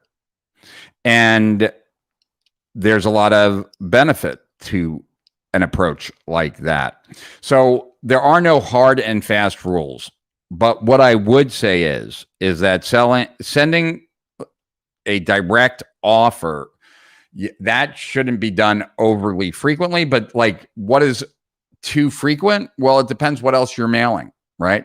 If that's all you're mailing, then too frequent is even once a week because there's no value being on your list. You're much better off mailing daily and having personal stories, bonding with your audience, giving value, curated content. Some of the emails that I open up the most are curated content. What about you? Like, like I'm thinking of Funnel Authority right now, or like, have you seen that one by, curated content. Like send me an email with like 7 Medium does that, like 7 interesting articles they think I'm going to be interested in based on what I've clicked on in the past. Or with Russell, like with Funnel Authority, it's like all just interesting marketing articles that they found like over the last 24 hours or whatever. And so like, that's kind of interesting. So, you could have curated content and then an offer, and that's a highly valuable email, right? So it all depends on what's the context around that offer, if that makes sense. Time to dust off my Dan Kennedy infomercial swipes. Yeah, maybe. I was just invited, actually. Dan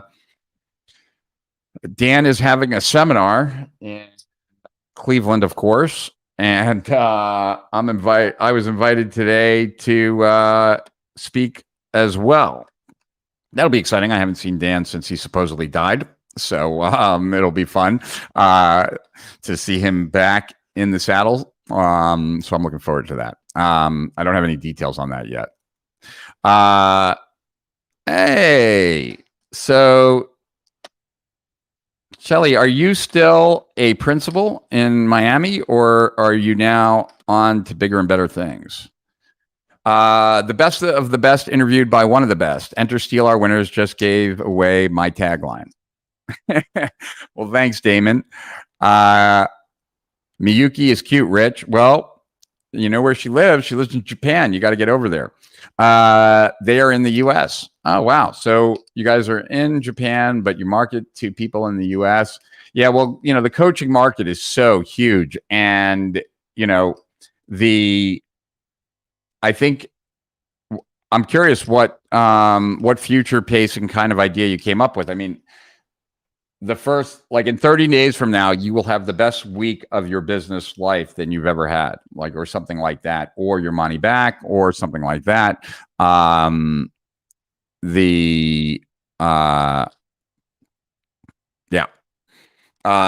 curious, Miyuki, what you think. Love to hear more about live streams selling format. All right. Live stream. Yes. I thought Dan passed. Nope. He's still alive. No, bigger and better. Cool. All right.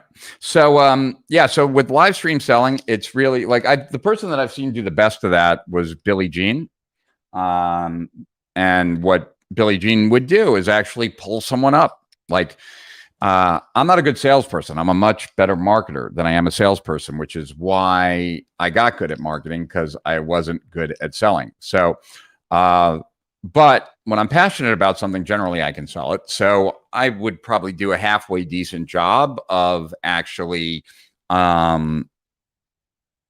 selling Steal Our Winners on this live stream. And maybe we'll do that another time. So, okay, we've covered a lot of different stuff. You know what? Let me see if I can just pull up a video real quick here. Hold on. This would be, let's see, Reveal in Finder. This was from a course I created a while back. Let's see if I can pull it over here. I think I can. The offer. All right, let's see. I'm putting it. See, oh, it's transferring. Very cool. So, wow, that happened fast. All right. Okay. All right. Now I got to figure out how to play this for you guys. I'm going to play like a 3-minute video, something like that. And it's on the offer. It's from a course I created a while back. So let's see if I can figure out how to do this here. Yeah, I think I can.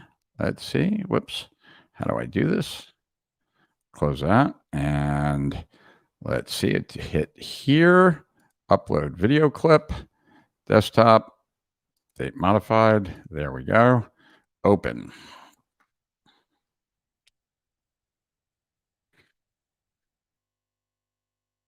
So what would be great is to tell me, anyone that's learned anything on this live stream, if you can tell me what the big takeaway was for you as we think about me creating this video for YouTube, and as I'm uploading a video right now, a 4-minute video rather, on your offer. So I'm going to go back to comments because I see there's a new comment here. Sean is a very good copywriter, so I'm interested what he has to say. Experience and demonstration have always been the best sales and marketing tools. I would agree with that. So live stream as a format for sales makes sense. Yeah. So, you know, I wrote this 28-page blog post summarizing Billy Mays' strategies, because Billy Mays and I were talking about creating a video course when he passed away. So I wrote this 28-page long blog post about Billy and how he sold, and that ended up going somewhat viral. Guthrie Ranker linked to it from their private intranet, and it was successful. So let's see. Okay, so let's. I'm going to go and play this 4-minute video on offers. It's from the middle of a course that I created a long time ago. So here you go. Hi, welcome back. And now we're ready to talk about your offer. Now, the offer is the most critical piece of direct response success. Most direct response experts will tell you that the offer trumps everything else, that a good offer will transcend bad copy. A bad offer can never transcend by having great copy. So it's the deal that you're offering your prospects at the end of the day, and it encompasses everything that we've covered plus a bunch more. So let me tell you what the offer ultimately is, okay? So as you can see, it's the product or services or group of products that you're offering, right? It's the premium and the bonuses that are included. It's the payment terms, right? It's the guarantee.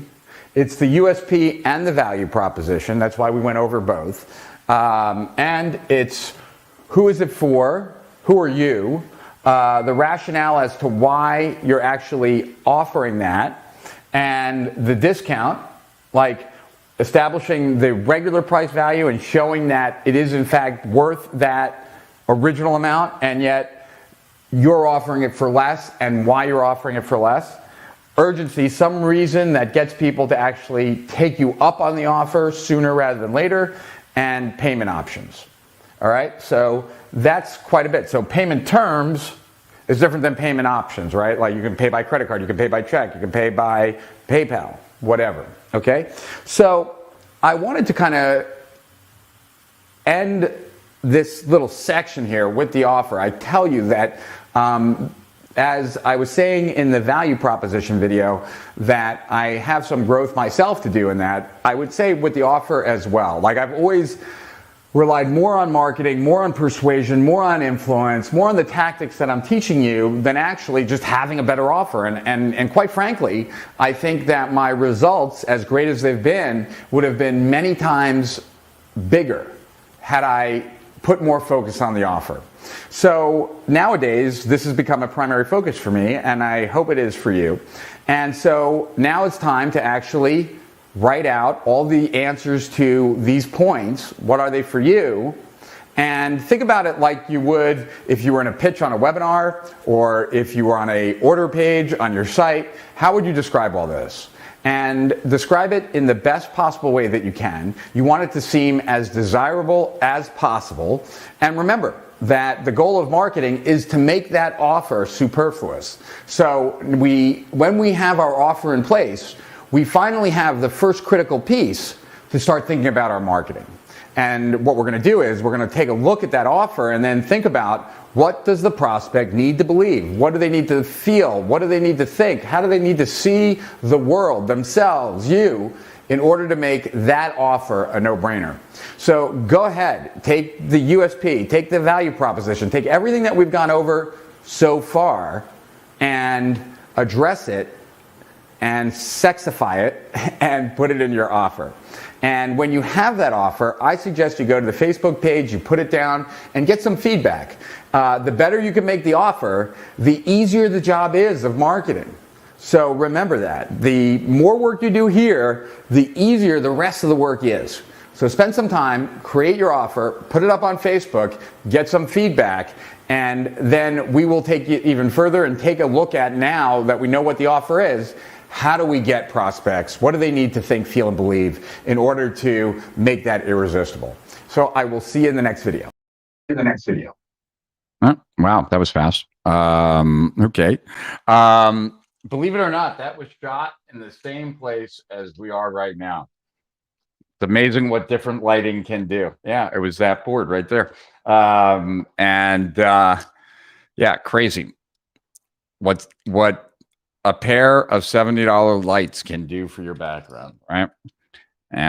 Same camera though. Same camera, same everything. Anyway, well, let's see. All right. Miyuki, we're thinking about something like, we guarantee you'll have the highest grossing week after 30 days or 120% of your money back. We're careful about only working with people we're sure we can deliver for. Right. Yeah. I would take it even further, though. Wow, I look like I need to shave.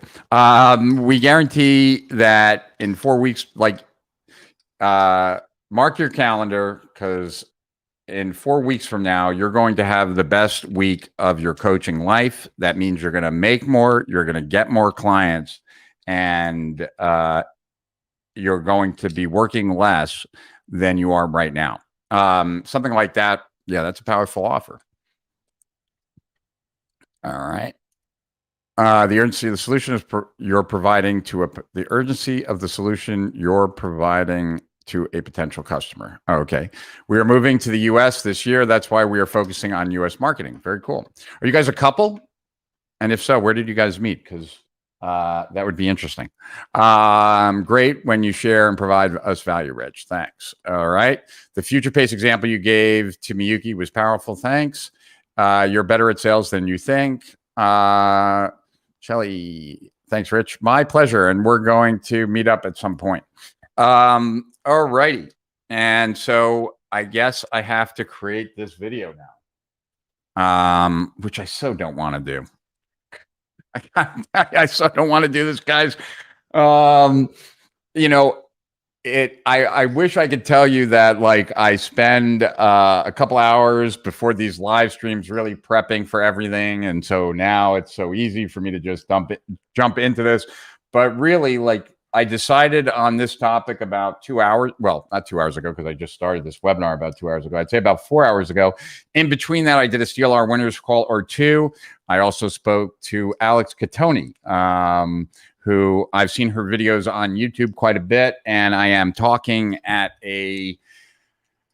Flight Club, which is a mastermind by Alex Catoni and Glenn Ledwell in San Diego at the end of March. So I thought it'd be a good idea to reach out to her and have a conversation. I was reaching out to her before I even knew that she ran the mastermind I was going to speak at, because, like, I've just seen her videos in YouTube, and I've seen some with a lot of views. What I've also noticed, and I think there's no way to really kind of get around this, or there is no hack towards this, but it certainly seems that everyone I know who has a huge following in YouTube, they got there because they were doing whatever they were doing, and then at some point, one of their videos, like, to use a Perry Marshall term from a decade and a half ago, got into the jet stream. In other words, it started getting recommended, and people were watching it, so it recommended it more. So, you know, Wes Watson had a video that broke several million views. I think Alex probably had a video that broke out and got 30,000, 50,000 or more views. I've had one video that has gotten like 55,000 views. It's my reading video, but that's been a long, hard slog that didn't like get there overnight or anything like that. So I've never had a video that really broke out in YouTube. Shockingly, though, I did have a video that, and I have a picture of it. I did have a video that broke out in Google Video. So this is pre-YouTube. And it was me giving a presentation on business growth, and it had well over 100,000 views within the first like couple of weeks in YouTube, in Google Video. But never have replicated that success in YouTube. But with Vincenzo and Bren's help, hopefully I will. We're married. We met in Tokyo. Very cool. Thank you, Rich. I always appreciate your insight. Tell us more about it, Rich. The raw honesty that is so good. What was I talking about that I was being raw and honest? I don't know. Yeah, that's true. I try to be. Perry Marshall, big fan. As am I. As am I. All right. So how to make an irresistible offer. All right. So what should we... I got to make like a post-it note here, and then we're going to go right into recording, and then I'm going to end with that video. So that's how we're going to do it this time. So, okay. Of all the things I covered here, let's see. I think, well, I am just like, I know I'm going to mess this one up, but screw it. All right, let's do this. You're leaving? All right. Okay. All right. If you hear me scream, it's because I messed up. All right. I always have my coffee, Davey. Always have my coffee. Yeah, you guys say that, but you guys don't know. All right. Let's see here. All right, I'm going to get rid of this, delete that. And Doug, if you just do like Rich Schefren reading process, it's like a 15-minute video that I did on my iPhone a gazillion years ago. Had no clue that that would be the most watched video, or I probably would have done it a little bit better. But all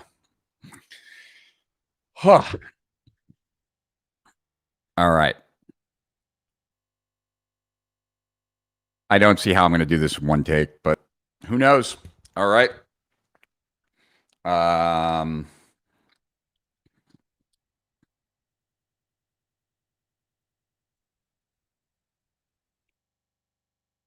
to think about the best way to start.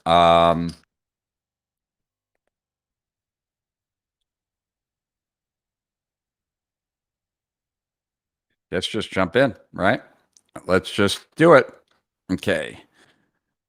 Oh, I was going to start my timer like I like to do. Well, I guess I got to put it over here. I just can get a sense of where I'm at with time. This one's going to be a little bit shorter. I think they told me it could be. And we're going to go, oh, I'm not going to be able to see your comments because I need to put on the banner, the brand thing, so then I can go to the actual, the video. Cool.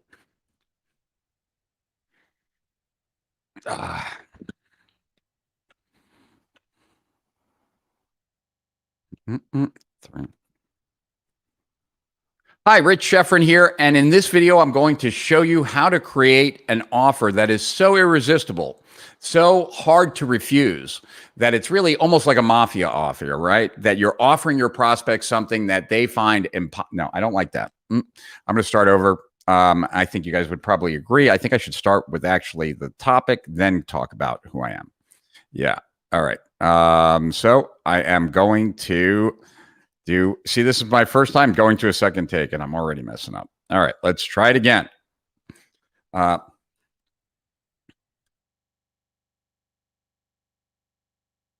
How to create an irresistible offer, an offer that is so compelling your prospects find it almost impossible to say no to. Hi, my name is Rich Schefren, and I started a company called Strategic Profits, and our product that I'm most proud of is Steal Our Winners. But that's not why you're here today. You're here because you want to know how to create a better offer, an offer that when your prospects see it, they reach into their pocket so that they can hand you money so that your business can grow.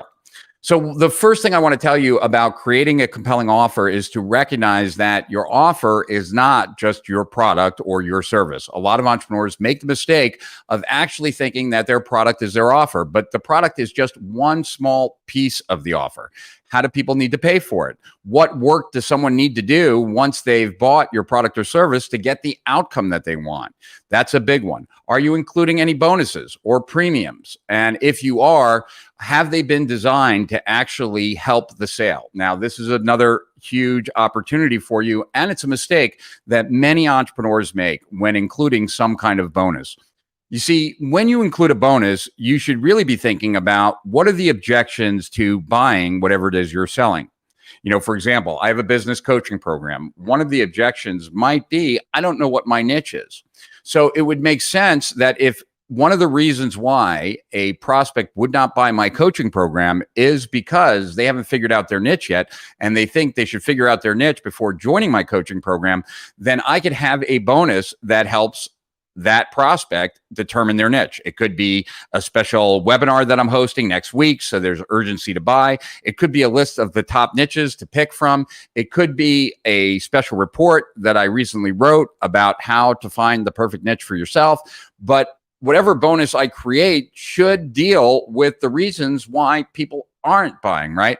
To get them to over the hump to buy, right? So your premium, your bonus, can you actually attack some of the objections as to why they wouldn't buy? Another way to leverage bonuses to really grow your business is what we do at Agora Publishing and what I do with Steal Our Winners, which is to take something of the product, something that is hot in the moment, and turn it into a bonus and then lead the offer with that, or lead the sales letter with that, so that you actually are tapping into whatever's hot in the moment. Because if it's hot in the moment, it's just easier to sell. Next is to make sure that whatever your product or service that you're targeting a pain, a problem, the more painful, the more immediate, the more the consequences, the better off you are. I told the story on the live stream that I'm recording this video on right now about this entrepreneur that came up with this great bug spray. But people don't buy general bug spray. They buy bug spray to repel mosquitoes or bug spray to kill cockroaches. And so even if you had the world's best bug spray, but it was just labeled kills bugs, you're not going to sell very much, because most times when most people are going to the store to buy a bug spray, they have a specific bug in mind. It's just whatever bug they're having a problem with. So are you targeting a problem? I know I'm jumping around here, but one of the things that I want to tell you about is that I have an insanely great offer for you, an offer that will cost you zero money, that will expose you to some of the best marketing strategies today, currently in existence online. And I'm going to tell you about that in a second, where you can get it absolutely free. So you see, that's a compelling offer, and I'm going to share that resource with you in a moment. But I didn't press my timer. I have no idea how long this is. I think I'm going to do this one more time. Sorry, guys. I'm going to do it one more time. But before I do that, I'm going to check in with the comments. Tell me how I could make that better. And I'm going to record it one last time, and I'm going to use this one no matter what. Oh, oh, God, good. Well, I'm glad that I'm doing it over, since that comment is on the screen. That was messed up. Do your best, Brando. I don't know if I can do that. You forgot to get rid of the comment on the screen. Yeah, I saw that. You have room to crop. This guy's a pro. No, I'm not, Jack. I have to do it over. Leave it up. I'm getting famous as he speaks. Start with a question. Oh, that's a good idea. All right. Anyone have a good question to? All right. I got it. I think I can actually tease the best, like, yeah, okay. Got it. I got it. Utilize some of your famous clients. I always feel like I'm being kind of a blowhard with that. All right. Yep. Let me try again. Sorry, guys. Now you're getting a sense of what it's really like for me when I'm recording videos, but I'm going to make this one work no matter what. Even if I mess up, I'm going to laugh and just have fun. And hopefully that will be good. Okay. So they typed in like how to create an irresistible offer.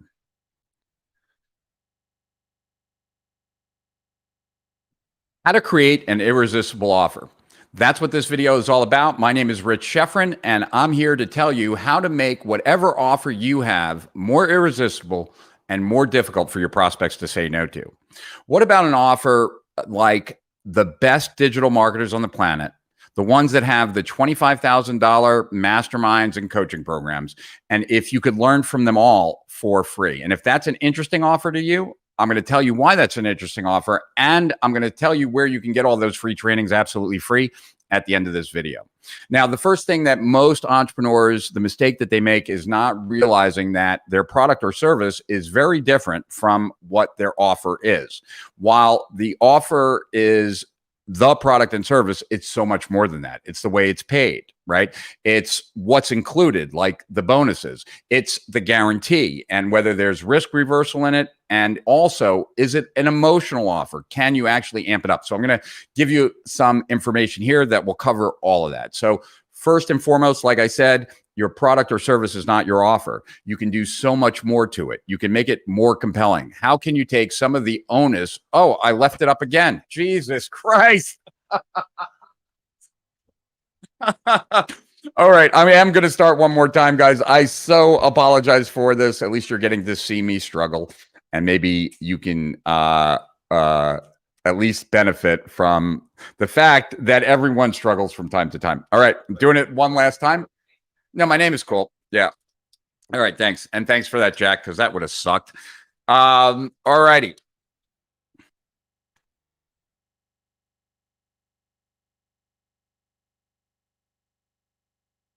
I would love a question. So let me just, I'm going to check one time. Did anyone come up with a good question? Why do some offers make so much money and some fail? Okay, that's it. All right. Cool. All right. Let's go back to this. And now we go. All right.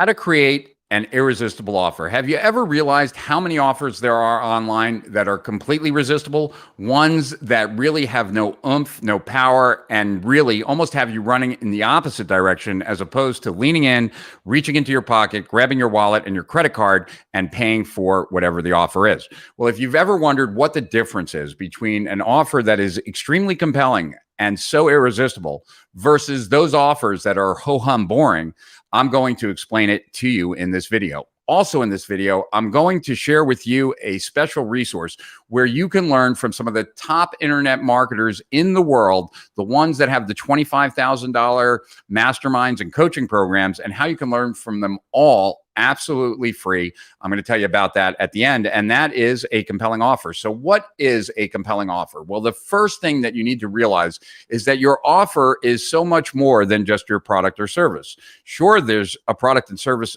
involved, but what else is involved? Well, there could be bonuses and there should be bonuses, but most entrepreneurs make a mistake with bonuses. I'm going to fix that mistake for you in a minute. So, but there's bonuses or premiums that should be part of the offer. There is a risk reversal or guarantee that should be part of the offer. Payment terms, if there are any, should be part of the offer. How they pay is also part of the offer. How it's delivered, what it's delivered in. All of these things are component pieces. Your USP is part of the offer. So there's a lot of elements to the offer, but what are some of the most important? Let's talk about bonuses first, because as I said, most entrepreneurs make the mistake of not using bonuses properly. Every bonus should have a reason for being a bonus in your offer, right? That means that you need to understand what are some of the objections, what are some of the reasons why someone wouldn't buy your product or service, and then counter those objections with a bonus. So for example, in my coaching program where I teach entrepreneurs how to grow their online business, some prospects might think, I need to figure out my niche before I could ever hire Rich to help me grow my business. Well, if a lot of prospects feel that way, they end up sitting on the sidelines. And procrastination is the killer of all sales. We want to give our prospects absolutely zero reason to procrastinate. So if I have a coaching program and I'm trying to get as many prospects as I can to become clients of mine, then I need to deal with that objection. One of the easiest ways to deal with that objection could be hosting a special webinar next week where I'm going to help each and every one of the new clients in my coaching program figure out the exact ideal niche for them. Or I could write a report and have that be a bonus, like find your ideal niche in 24 hours or less. Or I could create something that would then actually be another reason to buy as opposed to an objection as a reason not to buy, right? So that's one way to kind of think about bonuses and how they can actually do some of the heavy lifting for you.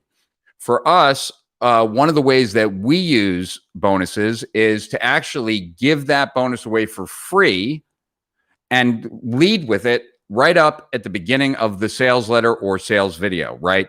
That we can basically take our offer and move it into the direction of anything that happens to be sexy at the moment by creating a bonus on that sexy thing and giving that away free when someone buys our product. And so the offer is get this free, this thing that's hot and sexy right now when you subscribe to this, right? So that's another way of kind of using your bonus or premium to do a lot of the heavy lifting.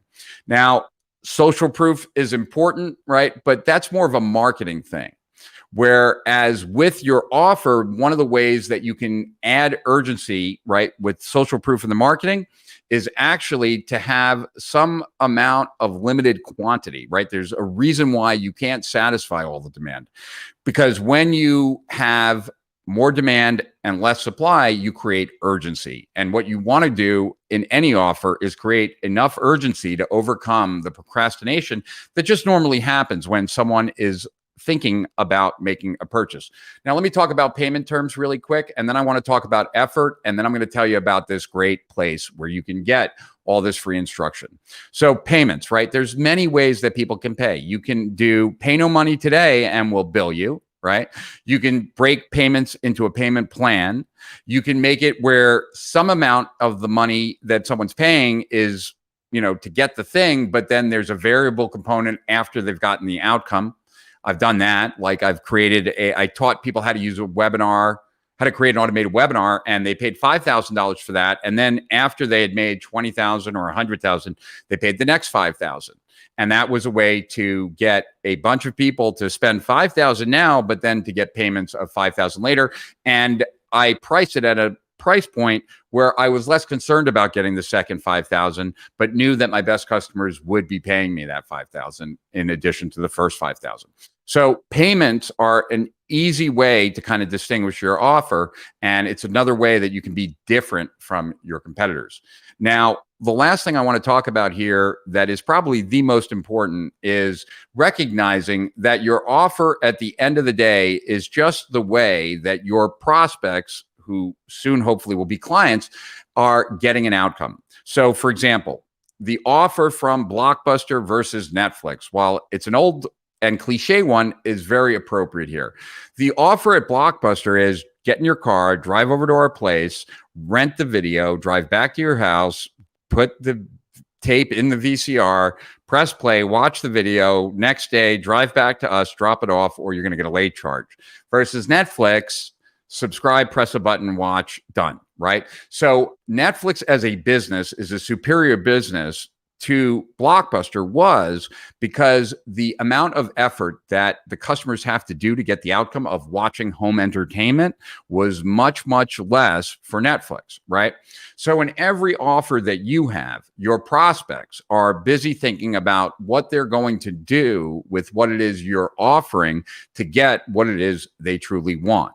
The more that you're able to package your offer in a way that feels like it's not much effort, the better off you're going to do with that offer. And this really became clear to me when I saw Russell Brunson, someone that I coached a long time ago, when I saw him create these offers that really gave me the feeling as I was listening to him present the offer that there was very little effort involved, because everything was templated. Everything was something that he had used that now he's giving you to use with some slight modification, which just felt like he was doing most of the effort. So now I want to show you this video that is what I believe one of the most compelling offers, and I hope you find it as compelling as I did. You're going to want to pay extremely close attention. The rules are changing, and if you don't know this information, you're more likely to be on the losing side than the winning side. I'm really excited about this.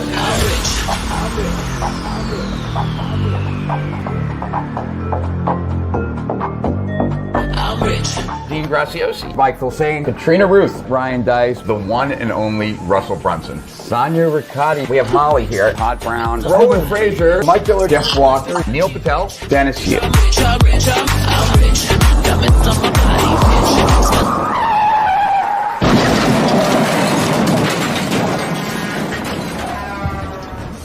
And I think that there's a high risk of mass extinction of internet businesses. Millions of businesses, big and small, closed, pushing us into the worst global recession in history. The writing is on the wall because things are changing, things are happening. Change in the industry that's forcing people to evolve and adapt or basically die. You need to see this to understand it. Something like that will happen. You can write it in blood. If there was a tactic or strategy that you were most excited about, what would it be? We can go as deep as you want. I call this content sprouting. These strategies work for any social media platform. If you believe it's a good idea, you should stick with that. When your business becomes part of someone's identity, that's when they stick. This is really crazy. I don't know if I ever shared this with you. Waste the least amount of money to find that winner. That's how you win for $1 a day. Now, I have people that are on my list for 2 years that are still opening the emails. To get this many amazing people in a room, just amazing. We're about to take you behind the scenes. I love what you're doing here. This is amazing. If you want to know what's happening in the future, tune in now.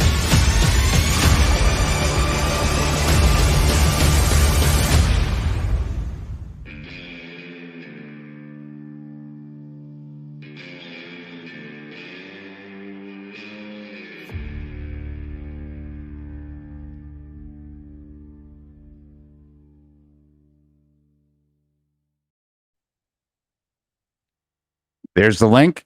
That's where you can get the free episodes. And to higher profits and beyond, this is Rich Schefren, over and out.